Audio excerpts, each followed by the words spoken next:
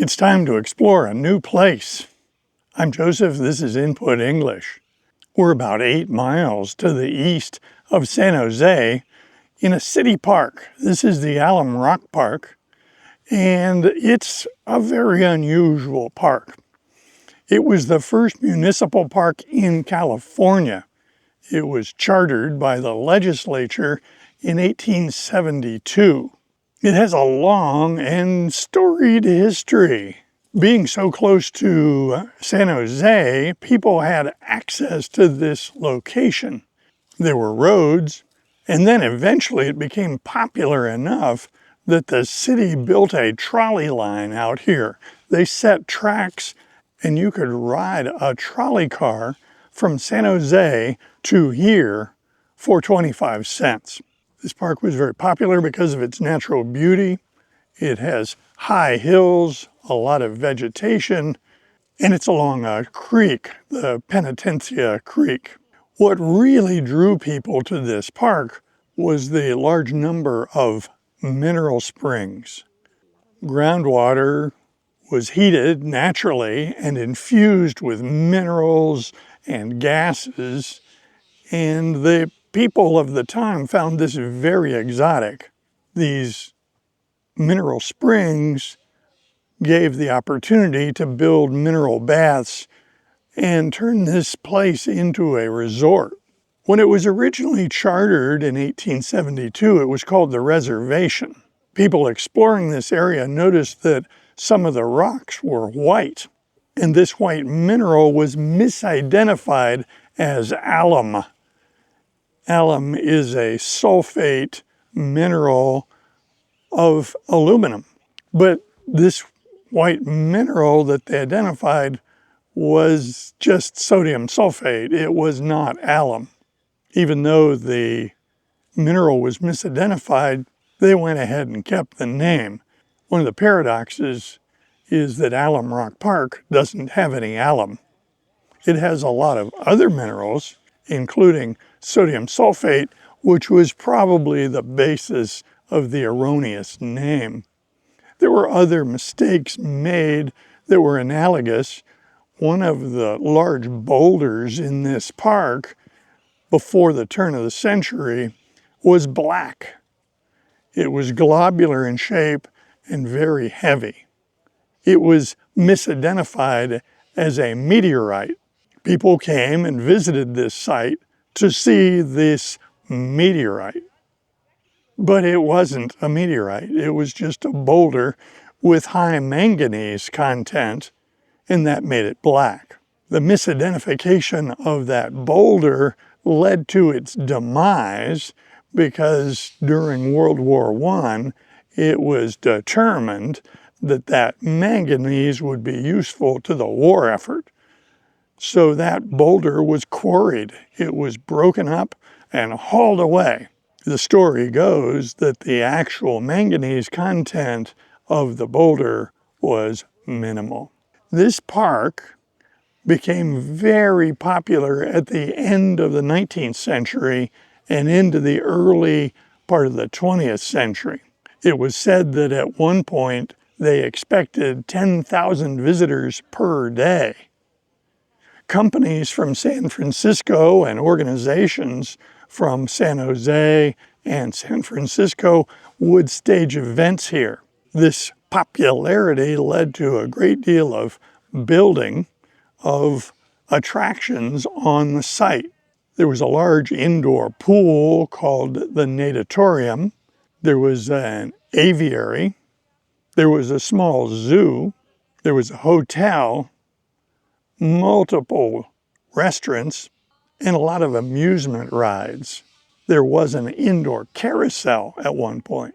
Unfortunately, the high popularity led to high attendance, and the high attendance led to trampling of the natural beauty of this place. So it is said that it became very run down. Gradually, people lost interest in it. And after about 1932, during the Great Depression, attendance fell off dramatically. During the mid-portion of the 20th century, the facilities fell into decay, and by the 1970s, the city demolished many of the structures. It's now a city park. People can come here and park and walk, but instead of people coming for tourist attractions and mineral springs, people are coming to ride mountain bikes and to take long hikes. Behind me is a small gazebo, and it dates back to the very early part of the 20th century. When it was built, the construction included piping water into the gazebo from 4 separate mineral springs. In the late 19th and early 20th century, people had fairly elaborate belief systems that these strange smelling mineral waters had health benefit. People came here seeking the fountain of youth. They wanted to bathe in these waters and drink these waters and thus live forever. All of the people that had those beliefs back then have since perished.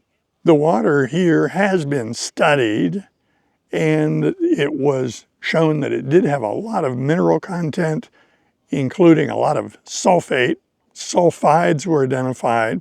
At least one spring had a high arsenic content, and some of the springs were naturally carbonated. The city of San Jose maintains this as a park, but it does not maintain it as a resort. It has allowed everything to go back toward nature. They have removed structures that were dangerous and preserved structures that appeared to be safe to preserve. This gazebo, for instance. Now, the gazebo does not have access to the mineral spring water. It has drinking water that comes from drinking fountains, which are attached to the city water supply.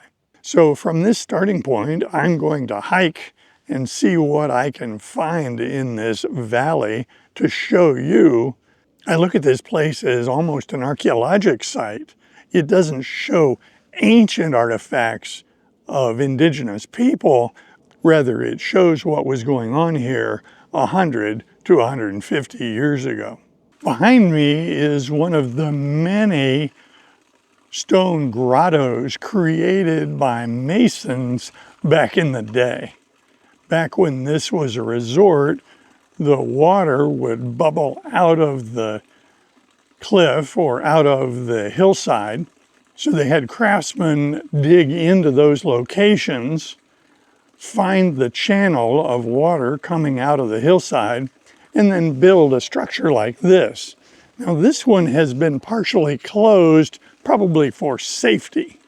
So there's no egress of water from this grotto, but one could construe that that's what it was like back then. Below this grotto, there's a pool with steps leading down into the depth of the pool. Now the water is not very inviting. It's overgrown with algae and it looks filthy. I don't know anyone who would get into that water, but 100 years ago, one would conclude that that water was for people to walk in and bathe, absorb the goodness of these minerals at this mineral spring. Since these springs are naturally occurring, they don't necessarily behave in accordance with human expectation. The water finding its way out of the hillside can change its course and come out of a different location. This is very much at work on the other side of this creek. There is evidence of one of these grottos that was built, but it is now completely dry. But next to it, on the hillside, not covered by a grotto, is a spring that is producing water that runs out onto the walkway. This small grotto is still weeping mineral water, and you can see that a lot of mineral has precipitated on the back face of that wall. There's also a lot of algae growing on the surface. The smell in this area suggests sulfides, sulfur compounds that are part of this mineral spring. It smells a little bit like rotten eggs. A lot of stone bridges were built as part of this facility back when it was a resort. Below this bridge, you can see a lot of mineral deposits that came from a spring that used to release water in that area, but no longer does. It is likely that these springs put out water more or less depending upon rainfall. I'm visiting this park in late July, and it really hasn't rained in this area for months. So it is likely that if one was here during the very early spring, that a lot of springs that are dry today would be producing a lot of water related to the previous abundant rainfall of the winter. Here we have another one of these grottos from over 100 years ago. It was built by stonemasons, but you can see evidence that the hillside has eroded and collapsed away from the back of this grotto, leaving the stonework relatively detached from the hillside. Here we can look inside this little grotto and see that it is producing water. The water smells strongly of sulfur compounds, but it is still coming out of this particular grotto. Many of the hiking paths that date back decades ago to when this was a resort have been closed because they're no longer safe to use. This original feature from the park would be allowed to fill with the mineral water. A lot of this mineral water was actually quite warm. Much of it came out of the ground at body temperature, so these were warm springs. And people would come here and walk down and immerse themselves in the water. Next to this feature, we have the creek. This area here shows spring activity, and as the water dripped and evaporated, it created stalactites, which you can see on that upper surface.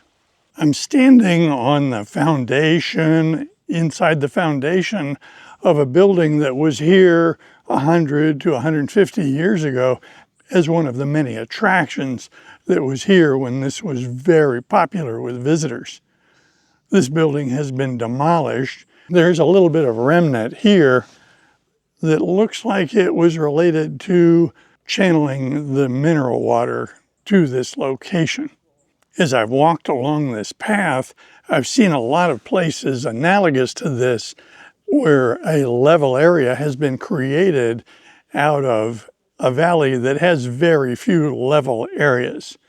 They all appear to be about the same. That is, you hike up a short entryway. This one was equipped with stairs. And then there is a flat area that no doubt housed a structure. When they demolished these structures, they were very thorough. There's not much left of them. But this one does have the foundation and the steps that lead up to it. They didn't put any labels on these sites, so I can't tell you what structure was here back in the day. This part of the path parallels the creek and is gradually going uphill. At this point, there's no water in the creek bed at all. One can conclude safely that this creek bed would be flowing water during the rainy season. Behind me, there is the creek bed, which is dry, but I read one of the signs that provided some interesting information.